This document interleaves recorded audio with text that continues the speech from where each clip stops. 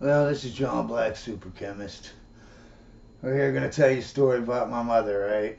You know, I have stage 5 heart failure, so, they won't give me a transplant because I'm so bad. They don't want to waste a good heart on me. That's how bad I am. So I'm like, hey, I've been a recluse and, a hermit, you know, most of my life. I'm like, oh, I'm gonna start hanging out with my family and blah blah blah before I die to let them know that I love them, even though I haven't hung out with them a lot. You know what I mean? Woo! That was a bad mistake.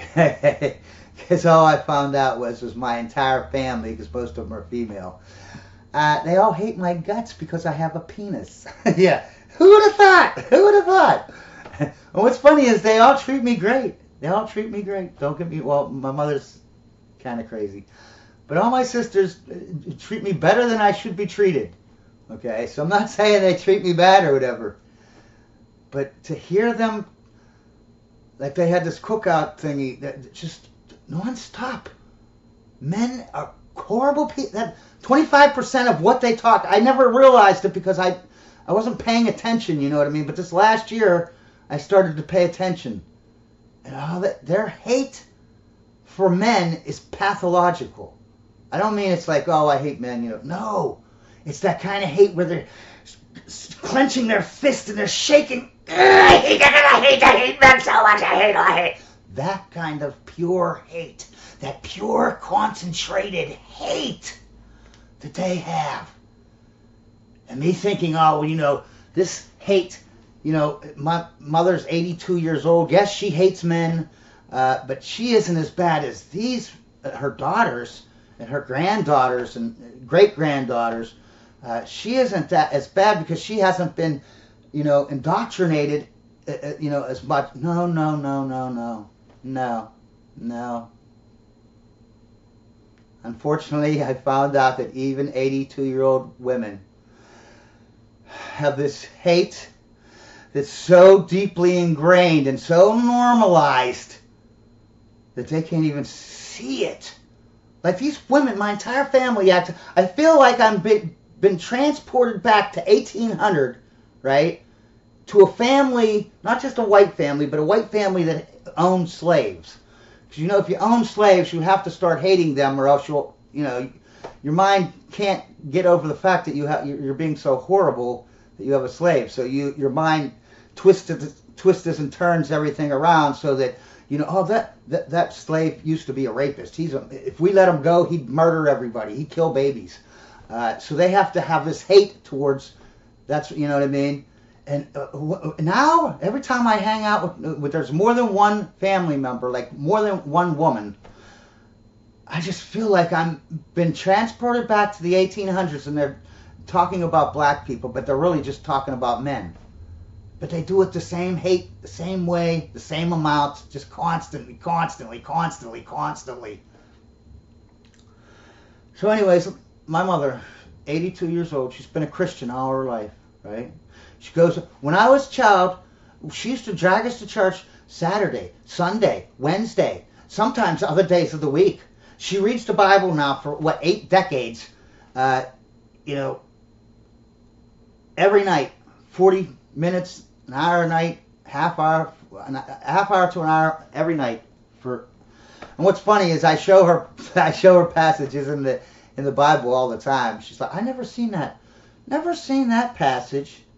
But I read the Bible for 30 to 60 minutes every night for 80 years. I've never seen that Bible, that passage, because they cherry pick what they want, So anyways, she's in the hospital, 82 years old. She's in the hospital. We're talking, so she's being nostalgic. We neither one of us has a life, so she's going back into her past, talking about stuff, and I'm letting her, you know what I mean. She brings up her first husband, right? We all thought that her first husband was an alcoholic, right? And so she had to leave him. And she says, while she's laying in the hospital bed, yeah, when Lou, my first husband, when I left my first husband, he started drinking, being an alcoholic, And of course I'm like, whoa, whoa, whoa, whoa, whoa. My entire life I've been told that you left him because he was an alcoholic. Oh, no, no, she says. Oh, no. He didn't do, no, not a drop of alcohol or drugs or anything until I left him. And then he started, it destroyed him, like, and so he started to drink and stuff like that. I was like, well, why did you break up then? Oh, we argued all the time. From the day from the second he got home from work till we went to sleep, we just argued 24/7. Oh, did he beat you? No, he was a gentle man. He would never do anything like that. So he cheated on you all the time? Oh, no, he never cheated on me. He would never do that. No, he was a good man like that. He would never do that. Oh, so he took the money and he went and gambled it all the time and just wasted it on himself and said, screw the family. Oh, no. He was a great man. No, he didn't do that. He didn't do that. So I'm going through things like, well, like that. And she's saying, no, he didn't do that. No, he didn't do that. No, he didn't do that. So I asked her, I said, well, did you let him be the leader? Was he in charge? Oh, yeah, I let him be the leader. So, of course, I say, well, if he's the leader, that means he gets his way on pretty much everything. And why would he come home? Like, if I was getting my way with everything, I would come home and I would be happy. I would not, what would I argue with you about if I'm getting my way on everything? What would I argue with? So you mother, you started all the fights. Is that? And then she's turned, she does that thing where women do that, and then she acts like she's confused. Oh, I don't know what we're talking about. So I let it go. We go on, and she said something else. So I says, well, did you or did you not let him be? You said that you let him be the leader. Did you let him be the leader? She's like, so I asked her, do you think a marriage? Keep in mind, the Christian Bible is pretty adamant. It's pretty clear. The man is the leader, and the woman is the follower, and then the kids. God's at the top. There is a hierarchy, just like in everything. You don't have two presidents, or your country won't. Two presidents will just argue all the time. You only have one coach, one head coach, because if you don't, they'll just argue all the time.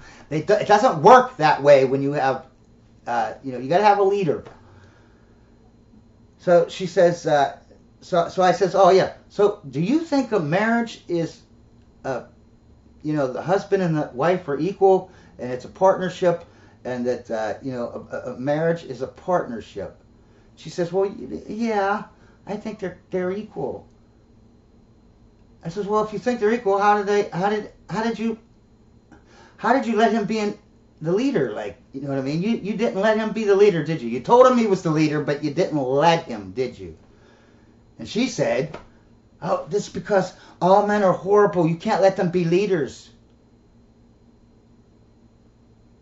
So I drop it or whatever. We go on, and then she brings up, okay, and I'm saying, well, what are you going to tell God when you go to heaven? You're going against what he's saying. You're basically saying God is wrong. And she him and hawed and whatever. So we went on to another subject. And then she pissed me off when she said, because she brought it up. She's just being nostalgic, bringing up random memories. When he was such a work. He used to go to work 7 days a week. Long, hard days, 7 days a week to work. This first husband she's talking about. Now, I want you to imagine, they both dropped out of high school in 9th grade because of this baby, right? That means this man is 15 years old. 15 years old. And he's so honorable that he just drops out of high school, marries her, starts going to work 7 days a week. long, hard days. I don't know what, I didn't ask her how many, because obviously he's working more than one job, right? So I didn't ask, was the long, hard, every day was a long, hard, does that mean what, 9, 10 hours, or does that mean 12 hours? But even at 9 or 10 hours, that's 63 hours a week, 70 hours a week. Working 7 days a week. And that don't include travel time. Travel time now, you're up to like 70, 80 hours a week. That this 15-year-old kid is so honorable. He just drops out of high school and just starts working 70 hours a week to support the babies that they're making. And can you imagine working that much? You come home.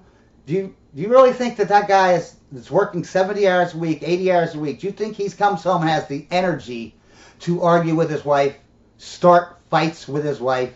No. He probably could barely stand. So how are they arguing every single day, the entire day? How is that possible? You tell him he's the leader, right? He's not doing anything bad. He's not spending the money gambling. He's not cheating, hitting you, nothing. And this is a 15-year-old child that has so much honor. And you treat him like that? You treat him like that? You argue with him every second of the day when all he's doing is working just being a slave for you? That's how much hate this woman has for men. They had 4 kids at the end. 4 kids! And then within 5 months, she plops out the 4th kid. 5 months later, she gets married. And according to her, she gets married first. Then first she breaks up with her husband, finds another man, then dates him, then gets married to him, and then has me, the kid. Okay, all in the proper order. Yeah, all this happened in 5 months when she had 4 children. Come on, man. We all know what happened. She cheated on the man that was being a slave, doing everything for her, giving up his entire life. I mean, can you imagine working 10, 12 hours a day sometimes for this woman 7 days a week? And then you come home and all he hears all day is her arguing with him. And yet, even though for however long the marriage was, 6, 7 years, whatever, he still didn't leave this woman. He didn't leave her. He had so much honor and so much love for his family that he just took it. He took the slavery that he had to do. He took the arguing and the belittling and the putting down all the time. He took all of that. And still after 7 years or whatever, 6 years this marriage lasted, he still didn't leave her. But yet she obviously cheated on him after he did all that for her. Right? My dad was evil. He wasn't a bad father. He was evil. Okay? I don't want to get into it, but he was evil. Okay? So she gave up a man who would give up 78 hours a week for his children, just to make sure that they're all fed and whatever, you know what I mean? She gave that up for an evil man that had money. She sold her 4 children into hell for a little bit of money. When she had a man that would work 80 hours a week just to make sure his family was fed. And yes, the next guy worked 80 hours a week too, but he was the evil guy, my dad. He was a workaholic. He didn't do it because he was trying to make the kids survive. He did it because he was a crazy nut job that had to. He had to work, 2 jobs. It was ingrained in his psyche. He's a workaholic, just like an alcoholic. He couldn't go without it. But anyways, so she pissed me off with that. So I'm leaving the hospital room being pissed off, and she goes, "Well, when I get to heaven, I'm going to tell God that he was wrong." And that all men are horrible. And they cannot be you can't let them be leaders. That's why I did what I did, because they're all horrible. See, God probably doesn't know that all men are horrible.